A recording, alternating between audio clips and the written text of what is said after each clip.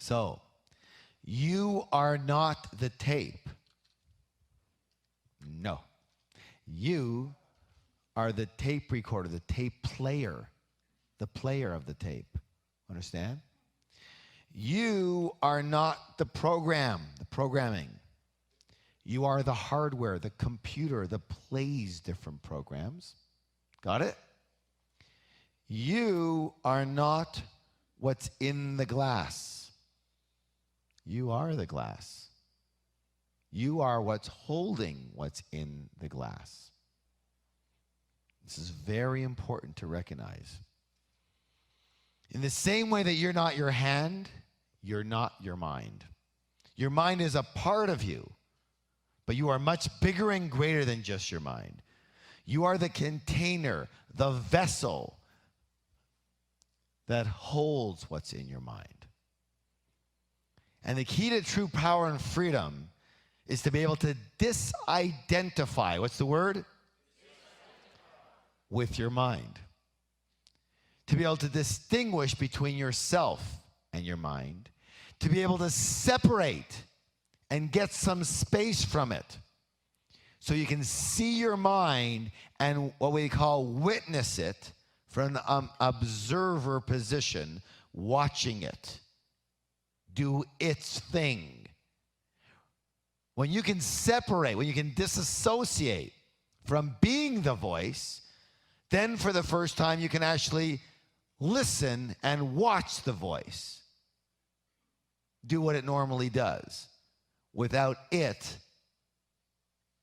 stopping you. Does that make any sense at all? All right. Once you realize you're not your mind, then for the first time you have true choice. True what? In the present moment, instead of being run based on automatic programming from the past. That's what we call consciousness. What's it called? Did you understand what I just said? Because if you understand this, your whole life can be different. Okay. Once you realize you're not your mind, you can watch your thoughts and feelings bubble up, but you don't have to believe them, and you don't have to act or not act based on them. They're just bubbles of recorded information. That's all they are, that we don't now have to buy into. Most people don't know this, and they make the big mistake of believing that their conditioning or who they learned to be, their personality is who they are. And so their lives are run by the conditioned mind or the ego self. Their lives are run by the voice in their head. Raise your hand if you know people whose lives are run by the voice in their head. Anybody not have their hand here? I want to read you a story. It's a story about a king who everybody loved. He was kind and generous and renowned for his wisdom. One day, tragedy struck the country. The water supply was polluted, and every single person went insane. Only the king, who had his own private spring, was spared. Soon the crazy people began talking about how strangely the king was acting and how he'd become mean and greedy and stupid. They said he'd gone nuts. Eventually the king was the most hated man in the country.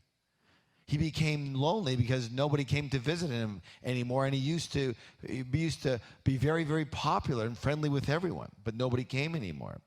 So he decided to come down from his castle and visit the town. It was very hot outside, and so he took a cool drink from the town's fountain. That night, the country had a huge celebration because their beloved king had finally come back to normal. So again, even though the way we are is normal, it doesn't mean it's our natural or true self. Do you understand what I'm saying? It just means this is the conditioned way what we live in. And we're good at it because everybody else has the same challenge. Got it? So why isn't this obvious to all of us? Why? It's because we're like a fish in water. And the fish doesn't know it's in water until it's what? out of the water. And we can't know we're in our conditioned self, we're in our false self, until we what? Come out of our false self and observe it.